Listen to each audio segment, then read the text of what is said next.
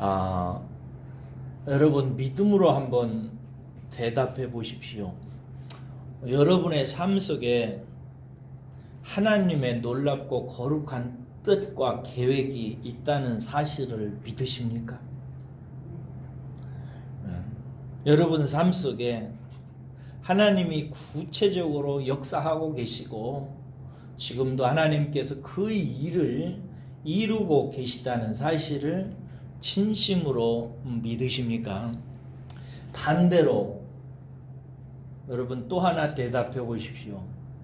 여러분의 삶 속에 사단의 계획이 있다는 사실도 알고 계십니까? 사단이 여러분에 대해서 구체적인 음모를 가지고 지금도 역사하고 있다는 사실을 인지하고 계십니까? 불행하게도 이것은 죄 아래서 벌어지는 두 엄연한 사실들입니다. 이것이 너무나 자연스러운 자연 법칙처럼 우리에게 적용되기 때문에, 그리고 영적인 이면의 세계에서 나타나는 것이기 때문에 우리가 주목하지도 못하고 체험적으로 느끼지도 못하는 경우가 많아서 이러한 영적인 사실들을 간과하는 경우가 많습니다. 고양이에게 기생하는 톡스플라스마곤디라고 하는 기생충이 있답니다. 그들은 먼저 쥐를 숙주로 삼아서 그 속에서 살다가 기생하다가 자신이 살 숙주를 쥐에서 나중에는 고양으로 바꾼답니다. 어떻게 하냐면요, 기생충은 자기가 기생하고 있는 쥐로 하여금 고양이에게 잡혀 먹히도록 만든답니다. 여러분, 기생충이 쥐를 움직여 가지고 고양이에게 잡혀 먹도록 한다니 믿어지십니까? 영국의 옥스퍼드 대학의 연구진의 발표에 의하면 톡소플라스마곤디라고 하는 이 기생충은 자신의 계획을 이루기 위해서 자기가 기생하고 있는 쥐의 신경계를 교란시킨다는데요. 놀랍게도 신경계가 교란된 쥐는 고양이를 무서워하지 않는답니다. 쥐는 결국 아무렇지도 않게 고양이에게 다가가게 되는데, 그래서 고양이에게 덜썩 잡아먹힌다는 것입니다. 기생충은 이런 방법을 통해서 1차 숙주인 쥐 속에서 살다가 2차 숙주인 고양이로 옮긴 다음에 고양이를 잡아 삼킨답니다. 다음은 거미를 실컷 이용해 먹고 나중에 잡아먹는 말벌 이야기인데요. 미국의 스미소니라고 하는 열대 연구소의 보고에 따르면 말벌의 암컷은 먼저 거미를 침으로 쏘아서 마비를 시킨대요. 그래서 정신없게 만들어 놓은 후에 거미의 배에다가 말벌의 알들을 붙여놓는답니다. 그러면은 그 아래서 깨어난 말벌의 애벌레들은 거미의 배에 붙어가지고 거미의 배에 작은 구멍을 뚫고 그 구멍을 통해서 거미의 진액을 빨아먹고 자란대요. 더 놀라운 것은 개미의 배에서 자라난 이 말벌의 애벌레는 거미의 배에 뚫어놓은 그 구멍을 통해서 번데기가 되기 직전까지 거기에다가 무언가 화학 물질을 주입하게 되는데, 그 물질을 주입받은 거미는 갑자기 정신이 이상해져 가지고 정상적인 거미줄을 뿜어내는 것이 아니라 자기 몸을 다 사용해서 말벌의 번데기가 자기 배에 매달려도 끊어지지 않을 만큼 굵은 거미줄로 만들기 시작한다는 것입니다. 그 거미가 말벌을 위한 거미줄을 이렇게 다 만들고 나면 말벌의 애벌레가 기다렸다는 듯이 이 거미의 몸을 뜯어서 먹어 해치운답니다. 말벌은 이런 음모를 통해서 손가락 하나 까딱하지 않고 맛있는 거미라고 하는 먹이를 다 먹어치우고 자기 집도 만든다는 것입니다. 여러분, 사단이 이와 같다는 생각을 합니다. 사단은 사람의 마음속에 들어와 기생하면서 저들이 심판받는 날을 연장해 갑니다. 그들은 사람 속에 기생을 하면서요, 하나님의 일을 자꾸 연장시키면서 인간을 파멸시켜 갑니다. 누가복음 8장에 보면은 마귀의 숙주가 되어서 처참하게 몰락해가는 사람 이야기가 나옵니다. 군대막이 들린 사람 이야기 다 아실 것입니다. 한 사람 속에 수많은 마귀가 들어가 삽니다. 그리고 그를 파멸시켜 갑니다. 만약에 예수님께서 그를 구해주지 않으셨더라면 그는 사망에 떨어졌을 것입니다. 또 구약에서 우리는 사울의 경우를 보게 되는데, 사울이라고 하는 사람이 여러분 얼마나 좋은 사람입니까? 잘생겼고 원래 겸손하고 유능한 사람이었습니다. 그런데 그에게 악한 영이 들어갔을 때 미치광이가 되어버리는 것을 봅니다. 그렇습니다. 사단은 사람의 마음을 원해요. 그리고 마음의 경영, 즉 인격적 삶을 통해서 자기의 일을 합니다. 그것은 인간을 파멸시키는 것인데, 그렇게 실컷 이용을 하다가 나중에는 사망으로 밀어쳐 넣습니다. 그래서 예수님은 이것을 늘 경계하며 말씀하셨습니다.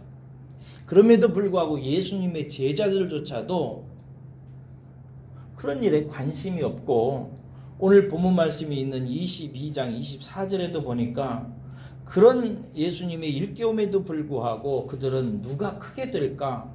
누가 영의정이 될까? 누가 우의정이 될까? 이런 논쟁을 일삼습니다. 그래서 예수님은 제자들에게 깨어 있으라고 그들을 타이르십니다. 그러나 제자들은 말을 안 들어요. 그래서 베드로에게 누가복음 22장 31절과 2절에 보면 이렇게 말씀하십니다. 시몬아, 시몬아, 보라, 사단의 밀가부로도 타려고 너희를 청구하였으나 그러나 내가 너희를 위하여 네 믿음이 떨어지지 않도록 기도하였노니 너는 돌이킨 후에 내 형제를 굳게 하라라고 말합니다. 여러분, 그렇습니다. 예수님께서 지금도 중보하지 않으면 우리는 희망이 없습니다. 성령님께서 지금도 우리를 위해서 말할 수 없는 탄식으로 하나님께 간구하지 않으면 우리는 희망이 없습니다. 그러므로 우리는 예수님과 성령님의 중보에 힘을 덧입고 그 뜻을 마음에 새겨서 깨어있는 신앙의 삶으로 나가야 될 줄로 믿습니다. 여러분들은 잠자지 마시기를, 예수님의 권면을 가벼이 듣지 마시기를 주님의 이름으로 축원합니다. 개미와 양을 차례로 기생하는 기생충이 있습니다. 잘 이해하기 힘든 일입니다만은 이 기생충은요, 처음에 개미를 숙주로 한 다음에 다음 숙주인 양으로 옮겨가기 위해서 개미의 몸속에서 개미의 신경계에 영향을 미친답니다. 개미는 이것 때문에 정신없이 행하는 한 행동을 하게 되는데 풀 끝으로 막 올라가고자 하는 충동을 받게 된대요. 제가 그런 개미를 본 적이 있는데 그 개미도 그렇게 오염됐는지, 그래가지고 이 신경계의 교란을 받은 이 개미들은 풀 끝으로 막 올라간대요. 자신도 모르게. 이때 목장에서 풀을 먹고 있는 양은 이 사실을 모른 채 풀잎 끝에 있는 개미와 함께 풀을 뜯어먹게 되는데, 이때 개미 몸속에 있던 기생충을 함께 먹기 때문에 기생충은 지금까지 개미 속에서 살다가 양의 몸으로 들어가게 된다는 것입니다. 이때부터 양은 개미에 이어서 기생충의 희생물이 됩니다. 눈에도 안 보이는 이 기생충이 이렇게 개미와 양을 먹어치우는 것입니다. 본문에서 우리는 이와 같이 사단의 숙주가 된 사람들을 발견합니다. 오늘 1절, 2절을 보십시오. 먼저 우리가 주목해야 할 것은 사단에게 정복되어 예수님의 사역을 방해하는 일을, 이 신경계가 교란된 사람들 아니에요? 이 사람들이 바로 대표적인 종교 지도자들이었다는 것을 발견합니다. 사단의 1차 숙주는 대제사장들하고 여기 보니까 서기관들이에요. 저들은 하나님께 수종 들어야 하는 사람들입니다. 제사장들은 하나님께로 사람들을, 죄인들을 이끌어야 할 사람들입니다. 서기관은 하나님의 말씀을 해석해서 바르게 가르쳐야 되는 사람이에요. 그런데 이들이 사단의 숙주가 되어가지고 신경계가 어떻게 마비가 되었는지 저들이 사단의 앞잡이 역할을 하고 있고 끝내 사단의 희생물이 되어버리는 것을 우리는 확인할 수 있습니다. 그런데 사단이 여러분 자신의 숙주로 삼는 인격적 통로가 있습니다. 아무나 숙주로 삼을 수 있는 것이 아니라 사단도 인격적이잖아요. 그러니까 인격적 특징이 있습니다. 이 희생물이 된 종교 지도자들의 인격적 특징이 무엇입니까? 마태복음 23장 23절에서 28절을 나중에 확인해 보십시오. 거기 보면 그들의 잘못된 신앙 인격 때문입니다. 그들의 신앙은 외식하는 신앙이었습니다. 외식이란 뭐죠? 겉과 속이 다른 것입니다. 겉은 형식과 전통으로 그럴듯한데 속은 완전히 썩어 있는 것입니다. 실제로 그들의 종교적 형식 혹은 체계는 대단합니다. 그러나 다 겉꾸미는 것들이었습니다. 이러한 겉꾸미는 인격적 특성은 사단이 아주 좋아하는 숙주의 특성을 가지고 있습니다. 그래서 그들은 쉽게 넘어가는 것입니다. 모든 종교가 여러분 다 그렇습니다만은 신앙은 처음에는 순수하고 열정적입니다. 모든 신앙이 다 그래요. 개인도 그렇습니다. 예수님 믿고 나서 처음에 신앙생활할 때 대단히 순수하고 그리고 뜨겁고 열정적입니다. 그래서 그 안에서 성령을 속이는 일은 불가능합니다. 사도행전에 보면 초대교회가 그랬는데 아나니아와 삽비라의 일은 초대교회는 절대 용납을 하지 않았습니다. 거룩한 두려움이 지배했고 성령께서 마음껏 역사하셨습니다. 그런데 종교가 비대해지고 형식화되어지게 되면 그 처음에 순수한 열정과 정열이 그 신앙이 사라져가는 거죠. 그래서 성도가 자꾸 몸이 건조해지기 시작합니다. 그리고 신앙이 기복적이 되어져요. 그리고 율법적인 삶을 삽니다. 외식하는 것입니다. 기독교 역사의 만고의 사실입니다. 이것을 기독교 타락이라고 합니다. 오늘 말씀을 다시 보세요. 기생충이 개미를 삼키고 양으로 넘어가듯이 사탄이 1차 숙주인 종교 지도자들을 정복하고 이에 예수님의 최측근인 제자 중 한 사람 속으로 들어갑니다. 누구지요? 가론 유다입니다. 여러분, 예수님의 직계 제자도 사단의 밥이 됩니다. 무섭지 않습니까? 이렇게 되자 유다는 지금부터 더 이상 예수님의 제자가 아니에요. 신경계가 마비됐는지 신기한 일을 하기 시작합니다. 예수님 배반해요. 심지어 자신의 주님을 팔아버립니다. 예수님을 따라서 하나님의 나라를 세워야 할 사람으로 부름을 받았는데 그 하나님의 나라를 파괴하는 일에 앞장섭니다. 그렇게 해서 결과는 어떻게 됐죠? 사탄은 그렇게 가룟 유다를 실컷 이용해 먹고 나중에는 그를 버려서 그는 처참한 죽음을 당하게 됩니다. 충분히 마귀는 그렇게 하고도 남는 능력과 인격을 가지고 있습니다. 제가 군대에서 만났던 인상적인 친구 한 명 있는데 요가를 하는 친구였습니다. 그때 당시에 저는 동남아시아에 있는 인도의 종교를 특별히 연구하던 시절이었는데 인도에는 3명의 유명한 요기가 있습니다. 요가의 대가들이죠.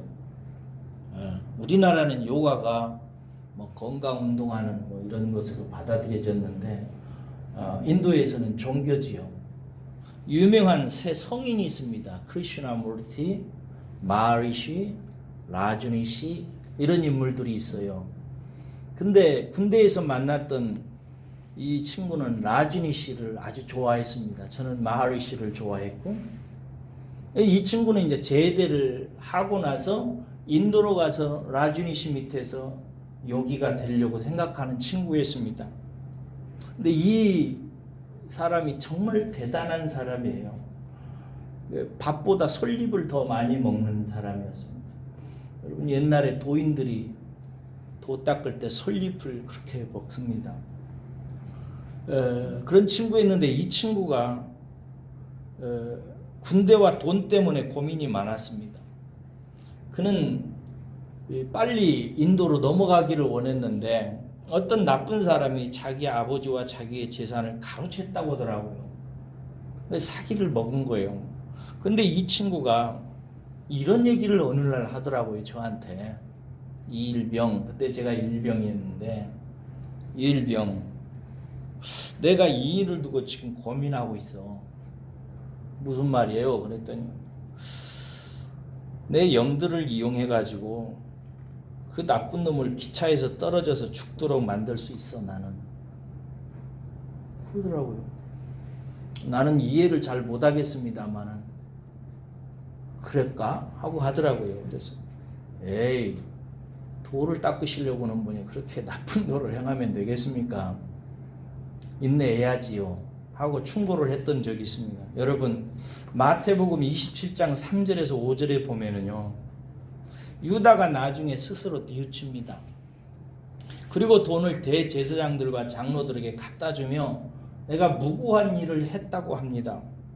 그러나 그가 행한 너무 큰 죄악으로 인해서 견디지 못하고 스스로 목매어 죽습니다. 우리는 이것이 누구의 일인지를 잘 압니다. 실컷 이용해 먹고 유다를 영원한 지옥으로 밀어 떨어뜨린 것입니다. 마귀가 다 써먹고 버린 것이죠. 여러분, 그럼 마귀가 2차 숙주로 삼은 이 유다에게 어떤 인격적 특징이 있었을까요? 마귀가 좋아하는 숙주의 인격적 특성이 무엇일까요? 그것은 돈을 사랑하는 마음이었습니다. 돈을 사랑하는 마음을 타고 사다는 유다의 마음을 정복했습니다. 그는 제자들과 동일한 부르심과 능력과 열심이 있는 사람이었어요. 그가 그 돈꾀를 맡은 사람이었잖아요. 예수 초대 공동체에서. 그러니까 요즘 말로 말하면은 한순옥 집사님처럼 재정 집사였다 이 말이죠. 우리 교회가 한순옥 집사님에게 재정을 맡기는 이유는 두 가지 이유 때문입니다. 하나는 믿기 때문인 것이죠. 우리 한순옥 집사님이 삥땅을 안 할 것으로 믿기 때문이죠. 왜냐하면 그런 경우들이 허다하거든요. 두 번째는 재능이 있기 때문에 그렇습니다. 충분히 그 일을 해낼 수 있는 은사가 있기 때문이죠. 저는 그런 은사가 없어서 일반 성도 때 재정 집사를 해본 적이 없습니다. 여러분, 왜 예수님의 초대 공동체 사람들이 상당히 많았잖아요. 한 번 모이면 헌금이 얼마나 나올까요? 그 공동체에 재물을 담당하는 재정 집사급으로 예수님께서 임명했겠습니까? 그럴 그만치 그 공동체가 신임했고 또 그럴 만한 능력이 있는, 재능이 있는 사람이었기 때문일 것입니다. 그러나 정작 자신은 하나님의 나라를 위해서 그 일을 맡은 게 아니었습니다. 그가 왜 맡았는가? 돈을 사랑하고 돈을 빼돌리기 위해서였습니다. 요한복음 12장에 가보면은 마리아가 향유옥합을 깨트려서 예수님의 발에 붓는 사건이 있었지요. 이것을 보고 가룟 유다가 뭐라고 했는지 아실 것입니다. 왜 저것을 팔아서 가난한 사람들에게 주지? 저것을 저렇게 허비하는가? 라고 말했는데, 이때 예수님께서는 가룟 유다의 속에 들어있는 사단의 숙주로 삼을 수밖에 없는 인격적 특징을 발가벗기십니다. 그리고 성경에 기록합니다. 요한이 저가 도둑이었다고. 그는 돈을 사랑해서 그 돈을 도둑질하지 못해서 마음이 아파서 그런 것이라고. 여러분, 그는 돈을 사랑했습니다. 마귀는 그의 마음에 일만하게 뿌리를 깊이 내려놓았던 것입니다. 그랬던 그가 예수를 따라다니면서 처음 보는 목돈에 눈이 휘둥그레지는 것은 당연한 일이 아니겠습니까? 아무튼 이 사건을 통해서 예수님과 제자들 사이에 유다가 어떤 사람이라는 것을 예수님께서 드러내시니까 눈치채기 시작합니다. 그렇게 되자 그는 이 사건 이후에 예수를 팔려고 덤벼듭니다. 제사장에게 제안을 하죠. 그래서 은 30에 안갚음이라도 하듯이 팔아버립니다. 은 30은 당시의 노예 사람의 한 사람의 몸값에 불과합니다. 요즘 말로 말하면 9달러 50센트라고 하더라고요. 얼마입니까? 별 돈도 아닙니다. 돈을 사랑하는 것, 일만하게 뿌리를 갖는 것, 이 인격적 특성을 타고 사탄이 숙주를 옮기는 것입니다. 여러분, 돈을 사랑하게 되는 교인의 비극이 얼마나 처참한지를 깊이 생각하셔야 됩니다. 돈을 사랑했던 제자 유다에게 예수님께서 하신 말씀이 있어요. 마태복음 26장 24절에 보면 저는 태어나지 말았으면 좋았을 것이다. 여러분, 만약에 우리가 돈을 사랑하게 되면 태어나지 못한 바 그게 더 낫습니다. 돈을 사랑하는 마음, 마귀는 이것으로 수많은 사람들을 낚시질합니다. 제가 볼 때 가장 탁월한 사람 낚는 어부는 마귀입니다. 마귀는 돈 사랑하는 사람들을 다 낚아 제낍니다. 숫자로만 말하면 예수님보다 더 많은 사람을 낚는 자입니다. 왜냐하면 대부분의 사람들이 돈을 사랑하고 있기 때문에 그런 사람들을 사단이 숙주로 삼는 것은 아무것도 아닙니다. 우리는 유다를 통해서 사단이 그의 숙주로 사용하는 교인들의 특징을 알 수 있어요. 첫째는 형식적인 신앙을 가진 사람들입니다. 신자가 형식적인 신앙을 갖는 것, 이거 금방 사단의 숙주가 됩니다. 둘째로 돈을 사랑하는 신자입니다. 어떤 교인들은 하나님으로부터 복을 받아가지고 내가 부요하게 돼서 편안하게 사는 것을 꿈꾸기도 합니다. 저는 명확하게 말할 수 있습니다. 이건 복이 아닙니다. 꼭 그렇다고 단정할 수는 없지만 정말 실력 있는 성도 외에는 다 저주의 길입니다. 저는 시편 128편을 굉장히 좋아하는데 거기 1절 2절에 이런 말씀이 있어요. 여호와를 경외하며 그의 길을 걷는 자마다 복이 있다고 말하면서 네가 내 손으로 수고한 대로 먹을 것이라 네가 복되고 형통하리로다 그랬습니다. 하나님 안에서 복되고 형통한 삶은 우리 손으로 수고한 만큼 정도 먹는 것입니다. 그리고 오늘 먹고 입을 것이 있으면 그것으로 자족한 줄로 알라고 사도는 충고합니다. 제가 또 재미난 이야기 하나 할게요. 바다 달팽이와 갈매기를 차례로 숙주로 삼으면서 먹어 삼키는 기생충이 있습니다. 멀쩡하던 달팽이가요, 어느 날 갑자기 이 기생충에 오염되면 정신없이 평소 자기가 살기 좋은 해초동굴을 벗어나가지고 바다 위로, 바위 위로 올라온대요. 이 달팽이가. 그러면은 갈매기가 그 바위 위로 올라온 달팽이를 냉큼 잡아 먹습니다. 그러나 이때부터 달팽이 속에 있던 기생충은 갈매기로 옮겨가게 되고, 이때부터 갈매기는 달팽이 몸속에 있던 기생충을 먹여 살리기 위해서 몸부림치기 시작합니다. 옛날에 영화 에어리언이라고 하는 영화를 연상케 하는 상당히 두렵고 충격적인 사실입니다. 우리들도 마찬가지입니다. 여기에 함정이 있어요, 여러분. 사단은 지금도 수없는 달팽이들을 우리 앞에 놓고 우리 보고 먹으라고 유혹합니다. 좋지 아니한가? 멋지지 아니한가? 보암직하고 먹음직하고 지혜롭게 살만도 하게 만들지 아니한가 하고 선악과를 보듯이 그렇게 보게 합니다. 우리는 자꾸 여기에 말려들게 되죠. 지금까지 이야기를 통해서 정돈하자면 사단에게 유혹되지 않는 성도의 인격적 특성 두 가지를 우리의 마음에 새겼으면 좋겠어요. 하나는 뭐냐면 형식적인 신앙을 버리라는 것입니다. 그냥 주일 성수하고 교회 왔다 갔다 하고 적당히 기도하고 형식적으로 성경 보고 한 생활 버리고 성령 충만해야 된다는 절대 명령을 마음에 새기는 것입니다.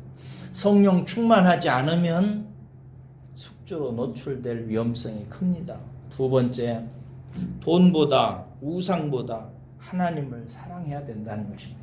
그리고 하나님을 사랑한다는 것은 곧 말씀을 사랑한다는 것을 의미합니다. 그런데 여러분, 형식적인 신앙을 버리고 성령 충만하게 되는 것하고 돈보다 우상보다 하나님 말씀을 사랑하는 것은 사실은 둘이지만 하나입니다.